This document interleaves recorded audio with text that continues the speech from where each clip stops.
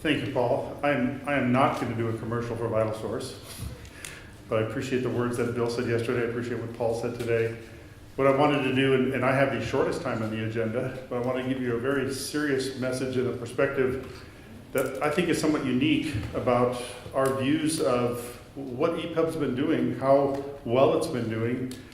We've got a perspective really from back before it was real. We started 7 years ago implementing ePUB. We as a company have been around since the late 90s, doing a lot of different work. We actually 20 years ago, this month, went to a crazy conference in San Francisco about this radical new technology called XML that we thought was going to really be interesting. We loved it. It's a great idea. We started the company on it, but when we saw ePUB, we realized that's the answer. And really building on open web standards, building on what we can do with that and how we can tie that in, answered a lot of what we try to do. And we should be very clear, we are not a trade book distributor, we're not a trade book application. We're very focused on the learning environments. Notice I didn't say education. Education absolutely is a huge learning environment, but also corporate learning, other learning environments that we work with. We do a lot of focus around that learning opportunity and that learning process that happens and how technology can help enhance that and how we can deliver that content. We have loved ePUB. We moved forward. We do a lot of deliveries around the world. This is sort of our bragging slide, a little bit tell you who we are. We delivered more than 20 million books into users' hands and the learners' hands last year. In more than 240 countries and territories around the world, we're localized in 37 languages. We deliver a lot of content. We see a lot of usage in different places. We deliver native applications on Chromebooks and Kindle Fires and iOS and Android and Mac and Windows and all the browsers and try to make it work across. We deliver whether you're DRMing because that's right for your channel or you're using non-DRM.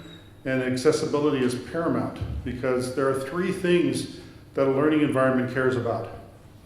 It's got to be offline because I never know where I'm going to be or if the network's going to work or if I'm in a remote area. And so I've got to have that. I've got to have accessibility because we're teaching to all users at all levels, and it's got to be there at the same time that every user needs it in the same environment, in the same workspace. And as an educational institution, it's got to be integrated in with the other things I'm doing. No book, no piece of content stands alone. It's always a part of some course. It's a part of some instructional process. It's a part of something else that brings it together.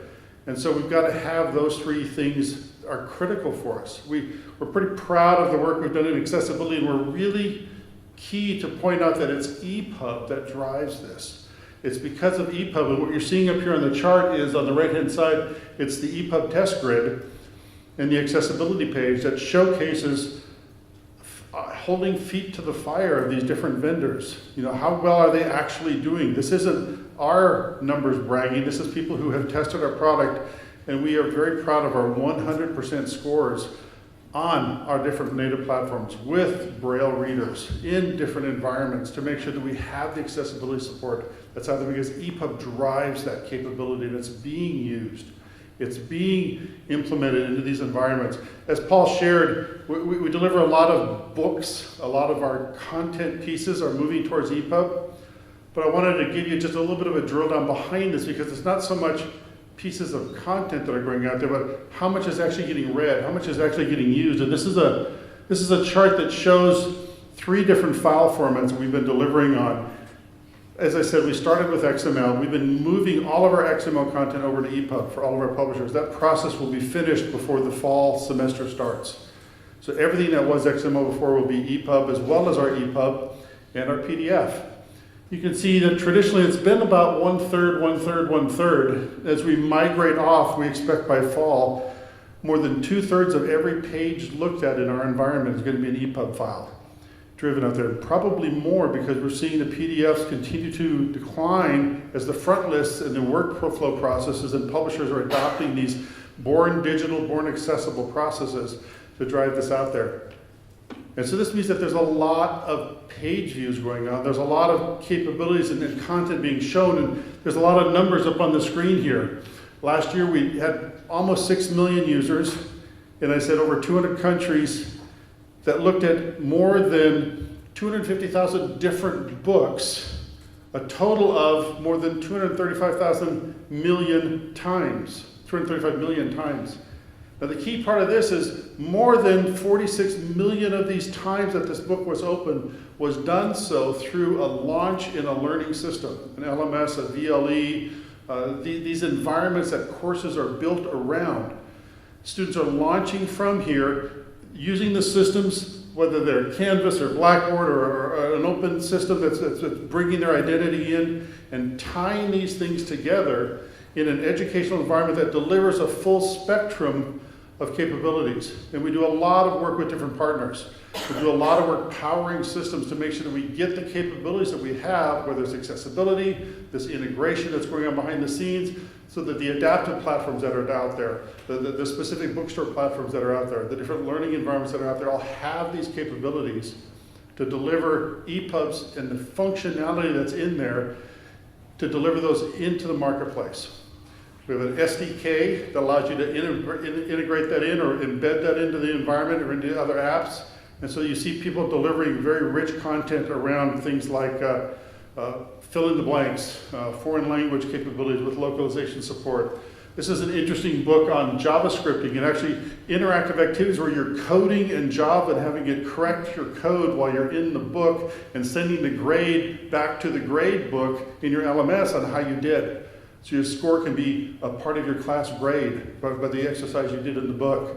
The traditional pop-ups and movies and different capabilities that are out there. What I want you to understand from working with this for 7 years is 5 things. ePUB is very real. Publishers are making it. The files are getting out there. We have more than 1,000 publishers we distribute files for. As you saw by the numbers, it's increasingly becoming more and more ePUB driven. ePUB is used. The students are using this. They're reading the pages. You saw the volumes as they're going out worldwide. ePUB is tightly integrated in these educational institutions and the different learning environments that are out there for the course creation. And the key is that it's fully interoperable and able to integrate with these other systems, learning systems and adaptive platforms to allow this exchange of data, to allow this interoperability. It's alive, it's real. My 10 minutes are up, but I want to say thank you and go ePUB. Let's continue driving this marketplace out there.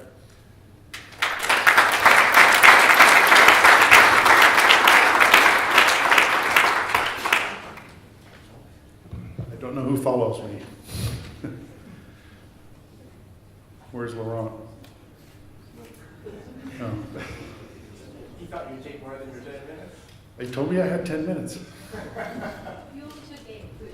Okay, questions? Sure, I'll take questions. Apparently there are none. All right, oh, right here. Earlier presentation we saw that the European Union was really a fan of HTML. Mm-hmm. What do you think? What do I think of HTML? I think that the best part in that presentation was the very last slide, where it said we want PWP. If you don't understand what that acronym means, one of the things that, and one of the reasons that the IDPF, the owners of ePUB, and W3C came together and have now merged together and are coordinating their activities is the promise of what can happen if you take the power of the open web, HTML, you provide some structure around best practices for delivering content, and you make this easy to work with in all the different environments, the different browsers, and online and offline, and all those things.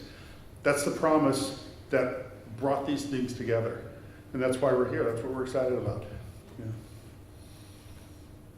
Great question.